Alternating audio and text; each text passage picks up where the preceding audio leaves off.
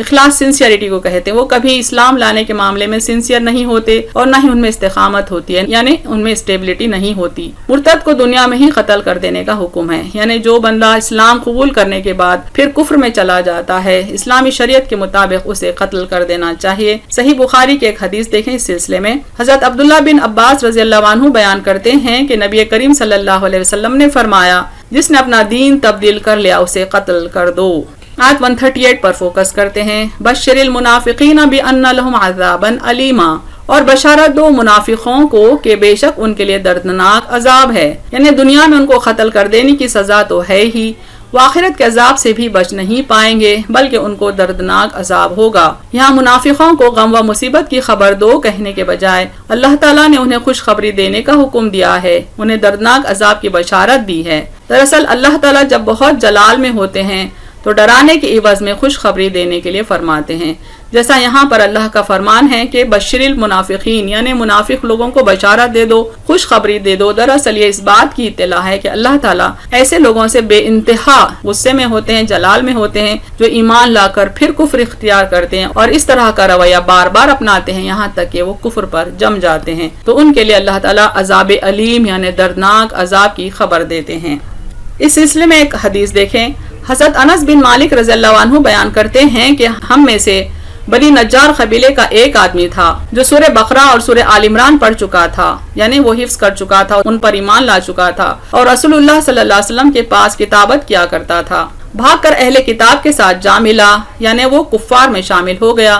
انہوں نے یہ کہتے ہوئے اسے مقام دیا کہ محمد صلی اللہ علیہ وسلم کا کاتب تھا، تو وہ اس سے اس وجہ سے متعجب ہوئے. کچھ ہی عرصے بعد اللہ تعالیٰ نے ان میں ہی اس کی گردن توڑ دی. انہوں نے گڑھا کھود کر اسے دفن کیا. صبح زمین نے اسے باہر پھینکا ہوا تھا. انہوں نے پھر گڑھا کھود کر اسے دفن کیا. زمین نے اسے پھر باہر پھینک دیا. پھر انہوں نے گڑھا کھود کر دفنایا. زمین نے پھر اسے باہر پھینک دیا. پھر انہوں نے اسے باہر ہی رہنے دیا.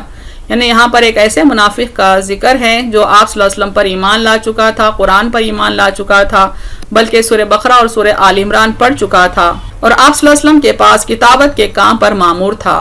اچانک یہ کفر میں مبتلا ہو گیا اور اہل کتاب سے جا ملا. انہیں حیرت ہوئی اس بات پر کہ جو محمد صلی اللہ علیہ وسلم کی صحبت میں تھا اس نے پھر کیوں کفر کا راستہ اختیار کیا. لیکن اللہ نے اس کو ایسی سخت سزا دی کہ دنیا میں بھی وہ ذلیل ہوا اور مرنے کے بعد بھی وہ ذلیل ہوا. یعنی اس کی گردن کو سزا کے طور پر اللہ نے دنیا ہی میں توڑ دی، زندگی ہی میں توڑ دی. اور پھر جب اس کی موت پر اس کو دفنانے کی کوشش کی گئی تو 3 مرتبہ قبر کھودی گئی. تو یہ دیکھا گیا کہ صبح اس کی میت قبر کے باہر ہے. پھر انہوں نے قبر کھودی، پھر قبر نے اس کی میت کو اچھال دیا.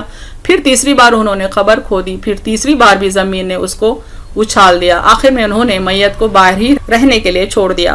آیت 139 پر فوکس کرتے ہیں. اس کا پہلا حصہ ہے الذین یتخذون الکافرین اولیاء من دون المؤمنین، جو بنا لیتے ہیں کفار کو دوست مومنین کو چھوڑ کر. یعنی یہاں پر منافقین کی ایک صفت بتائی جا رہی ہے کہ وہ مومنین سے دوستی نہیں رکھتے بلکہ حقیقی معنوں میں کفار سے دوستی رکھتے ہیں. بار بار ایمان لا کر کفر کرنے سے آخر منافقوں کے دلوں پر مہر لگ جاتی ہے. پھر وہ مومنین کو چھوڑ کر کافروں سے دوستی نبھاتے ہیں. ادھر بظاہر مومنوں سے ملتے جلتے رہتے بھی ہیں، یعنی اپنا سوشل ایٹیٹیوڈ اچھا بتانے کے لیے، مسلمانوں کو دھوکے میں لانے کے لیے مسلمانوں کے ساتھ بھی بظاہر دوستی رکھتے ہیں، لیکن حقیقی دوستی کفار سے رکھتے ہیں اور کافروں میں بیٹھ کر ان مومنوں کا مذاق اڑاتے ہیں اور کہتے ہیں ہم تو انہیں بیوقوف بنا رہے ہیں، دراصل ہم تو تمہارے ساتھ ہیں.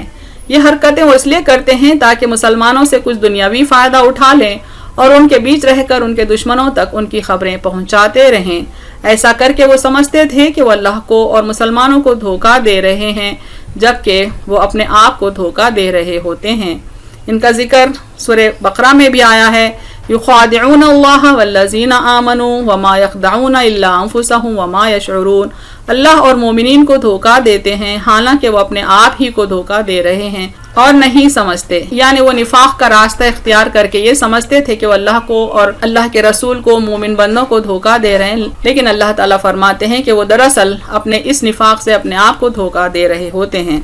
وَيَبْتَغُونَ عِندَهُمُ الْعِزَّةَ فَإِنَّ الْعِزَّةَ لِلَّهِ جَمِيعًا.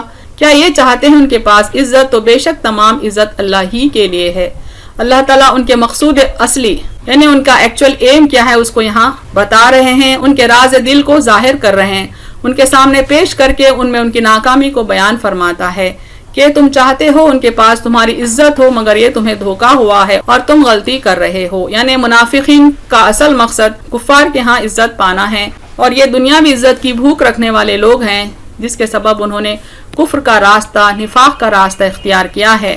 تو اللہ تعالیٰ انہیں وارننگ دیتے ہیں کہ عزت تو تمام اللہ ہی کے پاس ہے۔ اچھی طرح سن رکھو کہ تمام عزتوں کا مالک تو اللہ تعالیٰ وحدہ لا شریک لہ ہے، وہ جسے چاہے عزت دیتا ہے۔ من کان یرید العزت فللہ العزت جمیعا، جو شخص عزت چاہتا ہو سو اللہ ہی کے لیے سب عزت ہے۔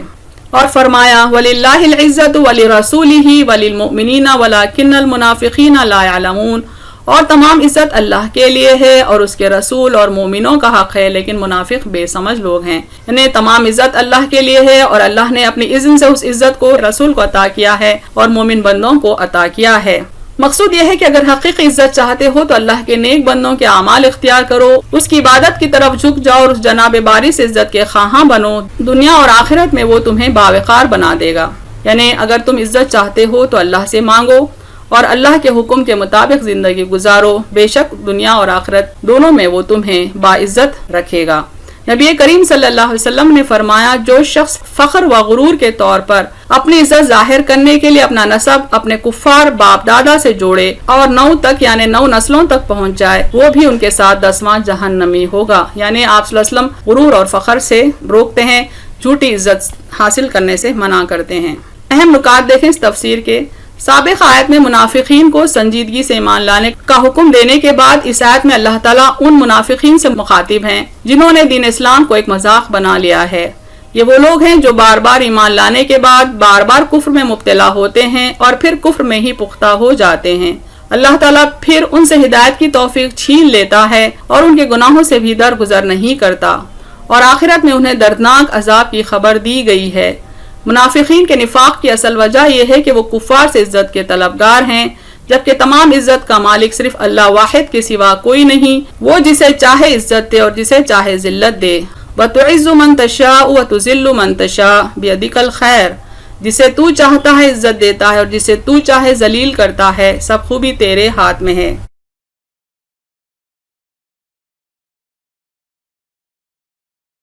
وآخر دعوانا الحمد للہ رب العالمین۔